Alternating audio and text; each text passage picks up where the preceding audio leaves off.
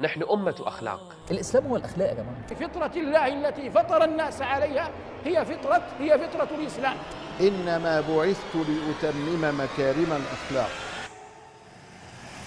في الحوارات الأخلاقية بين المؤمنين واللامؤمنين نرى أن الطرف المؤمن يفترض مسبقا أنهم هم على الخلق العظيم، وأن الطرف الآخر اللامؤمن يجب عليه إثبات أن له مراجع أو مصادر أخلاقية. عدا ذلك هذا الطرف الآخر الغير مؤمن هو خطر على المجتمع. الإخوة المسلمين يتبجحون دائما بمستوى أخلاق دينهم، واليوم هذا هو موضوعنا. خلونا نبلش.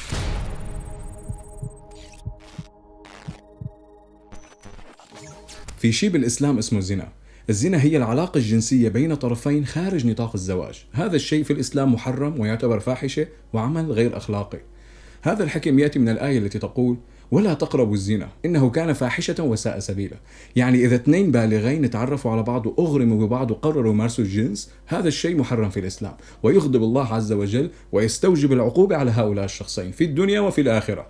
أما عقوبة الدنيا فهي إنهم إن كانوا غير محصنين يعني غير متزوجين فيجلدون 100 جلدة كما أتى في كتاب خير الماكرين. أما إن كانوا محصنين يعني متزوجين فحكمهم القتل رميا بالحجارة، يرمون بالحجارة حتى الموت. وهذا الحكم أتى في القرآن طبعا، ولكن وللأسف عنزة عائشة أكلت هذه الآيات، فنجد هذه الآية في الأحاديث الصحيحة. وطبعا بقي هذا الحد أو حكم الرجم فعال لوقتنا هذا من دون إلغاء. وتطبيق حد الرجم هو ليس فقط لأنه شرع الله، ولكن أيضا لرفع العار عن تلك العائلة، خاصة عائلة الفتاة. وطبعا مجتمعاتنا تفننت بهذا الموضوع، يلي بيقوس اخته بالرشاش، واللي بيكب بنته من على الشباك، واللي بيقتلوا بناتهم بالشوارع بدم بارد، كله لتطبيق هذا الشرع الذي أتى من عند الله ولرفع العار عن العائلة. طبعا فحد الزاني المحصن أن يرجم بالحجارة حتى يموت، وحد الزاني غير المحصن أن يجلد. ولكن الدعاة بيتجاهلوا هي الدموية والهمجية بجلد الناس ورجمهم بالحجارة لحتى الموت. بيقولوا أن الإسلام أتى بهذه الأحكام القاسية لكي لا يرى الناس يمارسون الجنس بعضهم مع بعض خارج نطاق الزواج. وهذا اللي أنتم الملحدين بدكم إياه. أنتم بدكم الناس تمارس الجنس مع بعضها خارج نطاق الزواج، الشيء الذي حرمه الله والحمد لله على نعمة الإسلام. صح؟ غلط. لأنه بالكتاب نفسه لهذا الإله الذي لا يحب أن يرى اثنان مغرمان يمارسان الجنس مع بعضهما. نقرأ الآية التي تتكلم عن المؤمنين المفلحين التي تقول: والذين هم لفروجهم حافظون، يعني الذين لا يأتون بالفاحشة ولا يمارسون الجنس إلا على أزواجهم أو ما ملكت أيمانهم فإنهم غير ملومين. موضوع على أزواجهم أو مع أزواجهم واضحة. الإسلام يريد الناس أن تمارس الجنس داخل إطار العلاقة الزوجية، لكن من هم ملك اليمين لما يقول أو ما ملكت أيمانهم؟ وقوله الآيات أي والذين قد حفظوا فروجهم من الحرام فلا يقعون فيما نهاهم الله عنه من زنا أو لواط، ولا يقربون سوى أزواجهم التي أحلها الله لهم وما ملكت أيمانهم من السراري. ما معنى سراري؟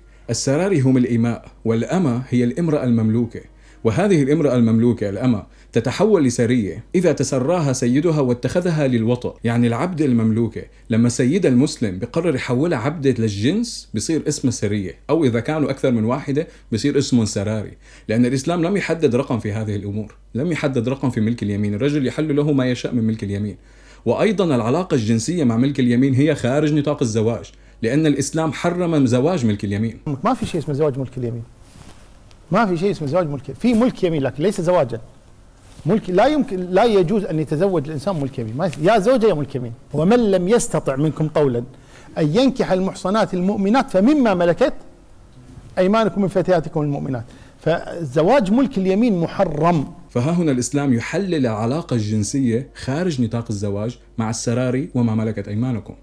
ويا ليته كان عن الحب والغرام والاختيار والاحترام متبادل، وإنما مع عبيد الجنس بالقهر، النساء التي يتم القبض عليهم في الحروب أو بيعهم في سوق النخاسة أو تبادلهم كهدايا بين المسلمين. هذا هو ما يحلله الإسلام وما لا يراه زنا. وإنما إن كان عن حب وغرام واتفاق واحترام فهو زنا. هناك طبعا من يرقع ويقول أن ملك اليمين هم أيضا زوجات. هو عقد بين أحرار، وهو حادث مع الوحي، وهو اللي بيسموه بالنسبة للجنس هو الزواج المدني. وهذا الكلام غير صحيح، لأن القرآن نفسه يميز بين الاثنين، بين أزواجكم أو ما ملكت أيمانكم. وملك اليمين مذكور بعدة أماكن بالقرآن. على سبيل المثال للتوضيح، محمد نفسه كان متزوج من عدة نساء، وبنفس الوقت كان عنده ملك يمين من السراري وكان يمارس الجنس معهن من دون علاقة زوجية. نقرأ الآية اللي بتقول: يا أيها النبي إنا أحللنا لك أزواجك اللاتي آتيت أجورهن وما ملكت يمينك مما أفاء الله عليك. الأجور هنا تعني المهر، يعني الزوجات اللي أعطيتهم مهر هدول حلال عليك، وأيضا حلال عليك ما ملكت يمينك مما أفاء الله عليك، يعني النساء العبيد المسبيات من الحروب اللاتي أنعم الله على محمد بهن. يقول تعالى مخاطبا نبيه صلوات الله وسلامه عليه بأنه قد أحل له من النساء أزواجه اللاتي أعطاهن مهورهن، وهي الأجور ها هنا، إلا صفية بنت حيي فإنه اصطفاها من سبي خيبر ثم أعتقها وجعل عتقها صداقها أو صداقها، وكذلك جويرية بنت الحارث. أما قوله وما ملكت يمينك مما أفاء الله عليك، أي وأباح لك التسري مما أخذت من الغنائم، النساء بالحروب هم غنائم، وقد ملك صفية وجويرية فأعتقهما وتزوجهما. وملك ريحانة بنت شمعون وماريا القبطية أم ابنه إبراهيم عليه السلام، وكانتا من السراري رضي الله عنهما. يعني ريحانة وماريا القبطية كان محمد يمارس الجنس معهم من دون زواج لأنهم سراري ملك يمين، وواحدة من هؤلاء السراري خلفت له ولد أيضا من دون زواج اسمه إبراهيم. إن النبي عليه الصلاة والسلام تزوج 11 امرأة ومات عن 9، تسرى جاريتين على الصحيح، ماريا وهي التي تسراها وأنجب منها إبراهيم، وجارية أخرى يقال لها ريحانة بنت زيد وهي جارية يهودية نالها النبي صلى الله عليه وسلم من سبي بني قريظة. ولكن الإسلام لا يحلل فقط استعباد النساء وممارسة الجنس معهن من دون زواج، وإنما أيضا يحلل اغتصاب هؤلاء النساء عند إلقاء القبض عليهم في الحرب حتى وإن كانوا متزوجات. بنقرأ بالكتاب الذي أتى رحمة للعالمين بيقول في الآية التي أتى فيها المحرم نكاحهن: حرمت عليكم أمهاتكم وبناتكم وأخواتكم. ممكن حدا يقول شو الفائدة من هاي الآية؟ نحن بيولوجيا ما فينا ننجذب لأمنا وأختنا، ليش الله يخبرنا بهذا الموضوع؟ يعني نحن أصلا ما فينا نعمله.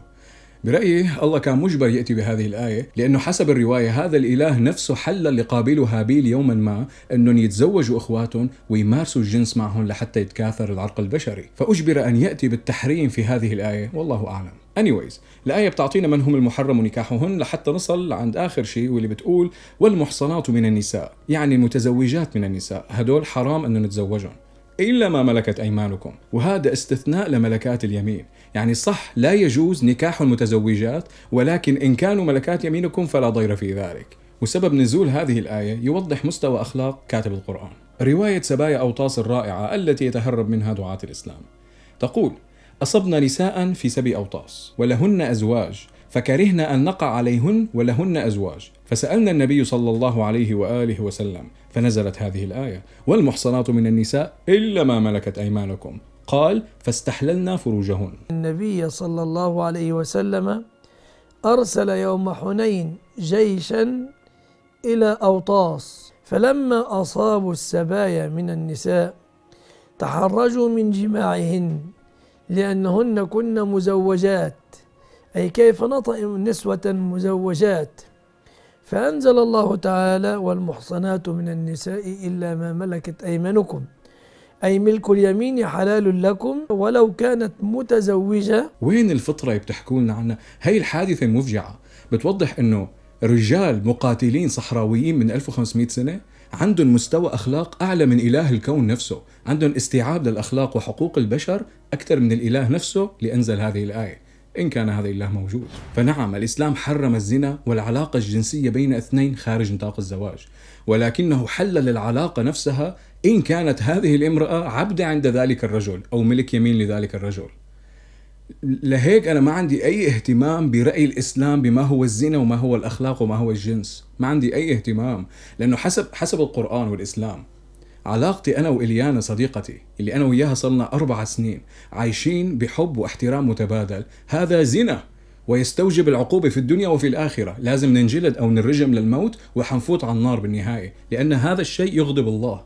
ولكن إليانا نفسها لو أنا ألقيت القبض عليها بالحرب ومارست معها الجنس وهي متزوجة، أو تم سبيها وبيعها في سوق النخاسة واشتريتها بالمال، أو أتتني هدية من مسلم آخر، فهذا يسعد الله. هذا الشيء لا يعتبر زنا، يعتبر شيء جيد وبفوت على الجنة آخر شيء، يعتبر من الصالحين أنا. إن كان فعلا هناك شيء يدعى الزنا فهو أحكام الإسلام. أحكام الإسلام هي الزنا الحقيقي، لأنه تحريم العلاقة الجنسية بين اثنين بيحبوا وبيحترموا بعض وتحليل هذه العلاقة بين امرأة مملوكة والسيد تبعها، هذا قانون مكسور كليا، ما له علاقة بالأخلاق، وإن كان هناك زنا فهذا هو الزنا. ملك اليمين كان نظاما متبعا في العالم، لكنه جه وحرم 7 مصادر للرق وأباح واحدة فقط، ما فيش إلا فقط يا عيني الأسد. جه الإسلام ووجد السبي ده موجود.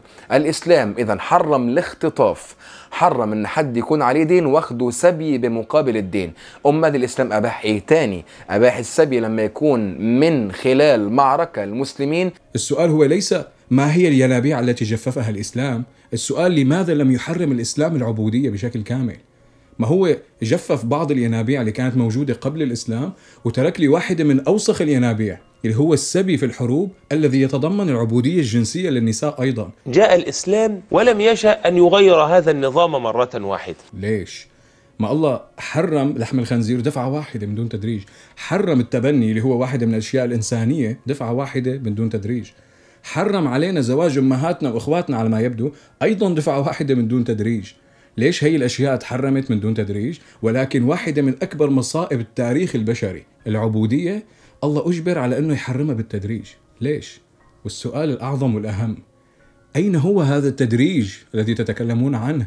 لأنه هذا التدريج يفهم منه أن الله ابتدأ في مكان وانتهى بإنهاء العبودية، ولكن الإسلام ما فيه تحريم للعبودية. الإسلام جفف بعض الينابيع وترك ينبوعا واحدا وأبقاه لوقتنا الحالي. فإجابتهم الحقيقية من دون لف ودوران وسفسطة هي أنه الإسلام إجا لقى عديد من أنواع الرق والعبودية، ألغى بعضها وأبقى على واحدة منها، وهذه الواحدة ما زالت فعالة لوقتنا الحالي.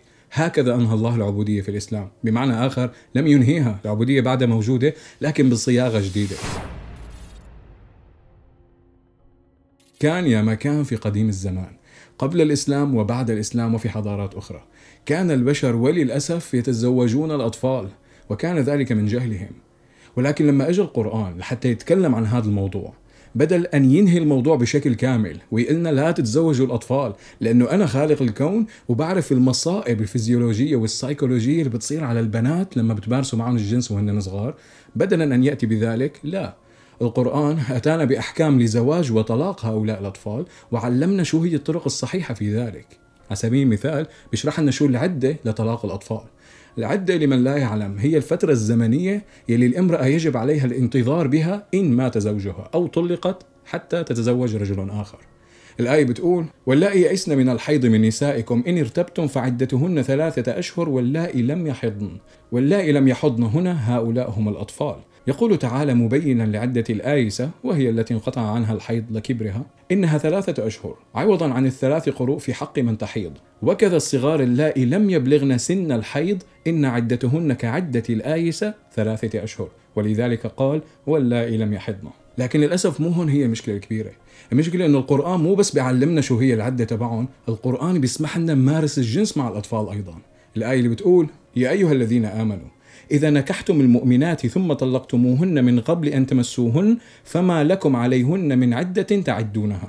يعني يا أيها الذين آمنوا إذا تزوجتوا النسوان وطلقتوهن قبل ما تمارسوا الجنس معهن قبل أن تمسوهن فلا عدة عليهن، يعني ما في إلهم عدة إذا ما مارستوا الجنس، مما يعني أن اللائي لم يحضن في الآية السابقة اللي هن الأطفال هؤلاء لهم عدة. الآية عم تتكلم عن العدة معهم، بمعنى أنهم تم وطئهن أو تم ممارسة الجنس معهن، والإله يحلل ذلك. إله بيحلل أنه نتزوج الأطفال وبيحلل أنه نمارس الجنس معهن. أما زواج الصغيرة عقد النبي صلى الله عليه وسلم على عائشة وهي بنت 6 سنين وبنى بها وهي بنت 9 سنين، يجوز العقد على الصغيرة. أما التمكين من البناء فإذا كانت تتحمل البناء بني بها ولم تبلغ تلك السن التي وضعها القانون الباطل، وهو الوصول بالبنت إلى 18 عاما حتى تتزوج. فنرجو من الله أن يأتي هؤلاء الذين وضعوا القانون ويتراجعوا عنه، لأنهم أفسدوا في الأرض وهم لا يشعرون. أفسدوا في الأرض بمنع الفتاة التي بلغت أو التي اشتهت واشتهيت من الزواج حتى تبلغ 18 عاما. فهذا القانون لا يوافق أبدا كتاب الله عز وجل ولا سنة رسوله صلى الله عليه وسلم. هنا لدينا خيارين لا ثالث لهما. إما أن إله الكون ليس كلي المعرفة، ما كان بيعرف أنه بيوم من الأيام البشر رح يكتشفوا ويثبتوا بالدليل أنه زواج الأطفال هو شيء بشع وسيء ومضر ورح يحرمون زواج الأطفال. إما أنه لم يكن يعلم ذلك، أو أن هذا الإله كان يعلم ذلك، ولكن نحن البشر وصلنا لمستوى أخلاقي يتفوق على هذا الإله. لكم الاختيار. ولكن عزيزي المسلم، هل فعلا ترى أن دينك يؤهلك للتكلم عن الأخلاق؟ لو سألنا الإخوة المسلمين والمسلمات شو رأيكم بالدعارة اللي هو تقاضي المال مقابل الجنس، ندفع مصاري لحتى نمارس الجنس، رح يقولوا لا يجوز وهو عمل غير أخلاقي بصوت واحد.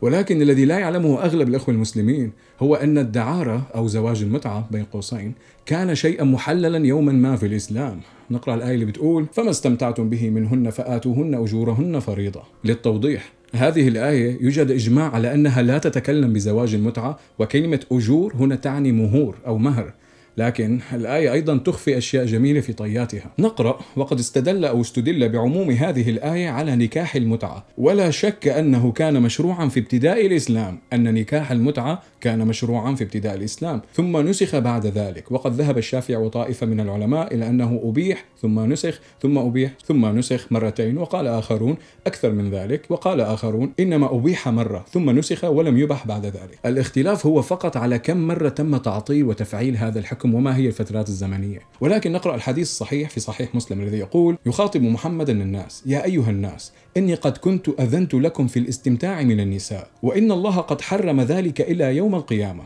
يعني هلأ نزل حكم جديد يحرم هذا الموضوع، فمن كان عنده منهن شيئا فليخلي سبيله. يعني لما زالوا عم بيمارسوا هذا الموضوع لازم يوقفوا عنه. ولا تأخذوا مما آتيتوهن شيئا، يعني لا تسترجعوا أو تاخذوا من النسوان أي شيء أعطيتوهم إياه بفترة زواج المتعة أو الدعارة. And to be honest, that's actually pretty sweet.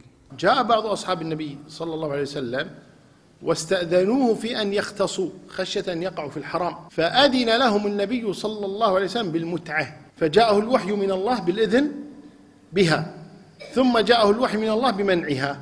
فإخوتي المسلمين والمسلمات، كل مرة بتنتقدوا أو بتستهجنوا مفهوم الدعارة وبيوت الدعارة، تبادل المال من أجل الجنس، تذكروا أن إلهكم يوما ما ظن أنه شيء جيد وأذن وسمح به للمسلمين. إله كلي معرفة الذي غير رأيه بعد ذلك. بالنهاية إخوتي المسلمين، اعتقادكم أنه قواعدكم الأخلاقية تأتي من هذه النصوص، هذا بدل على أنه يا أما أنتم ما بتعرفوا أي شيء عن دينكم، يا أما أنتم بتعرفوا شو هو دينكم ولكن قواعد الأخلاق مكسورة عنكم كليا. هي النصوص مو جاية من عند خالق الكون، هي النصوص مكتوبة بشكل واضح على أيدي بشر همجيين جهلة ما عندهم أي فكرة شو يعني أخلاق، عاشوا وماتوا من 1500 سنة بالصحراء، ومرقعين وقتنا الحالي مستعدين يقولوا أي شيء لحتى يرقعوا هي القواعد والأفكار الجاهلية اللي انتهى وقتها. اسمحوا لي لخص لكم أكثر من 22 كتاب فلسفي عن موضوع الأخلاق بسطرين فقط. الأخلاق لا تأتي من لائحة تاريخية بافعل ولا تفعل، لا، الأخلاق هي شيء دائم التطور والتغير مع تطور وتغير البشر. الشيء الوحيد الذي يجب أن نتفق عليه لبناء قواعد أخلاقية هو سعادة الإنسان. إن اتفقنا على سعادة الإنسان على أنها الهدف، يمكننا بناء قواعد أخلاقية بناء على هذا الاتفاق. الأمور بهي البساطة فقط. ومثل العادة، لا تشاركوا هذا الفيديو إذا كنتوا عايشين بمجتمعات متعصبة. فيكم تعملوا لايك، فيكم تعملوا تعليق باسم وهمي، ولكن المشاركة قد يكون لها تأثيرات سلبية على حياتكم الاجتماعية أو العائلية. وطبعا إذا عجبكم هذا الفيديو فحبوا بقلبكم، بس فكروا بعقلكم. Peace.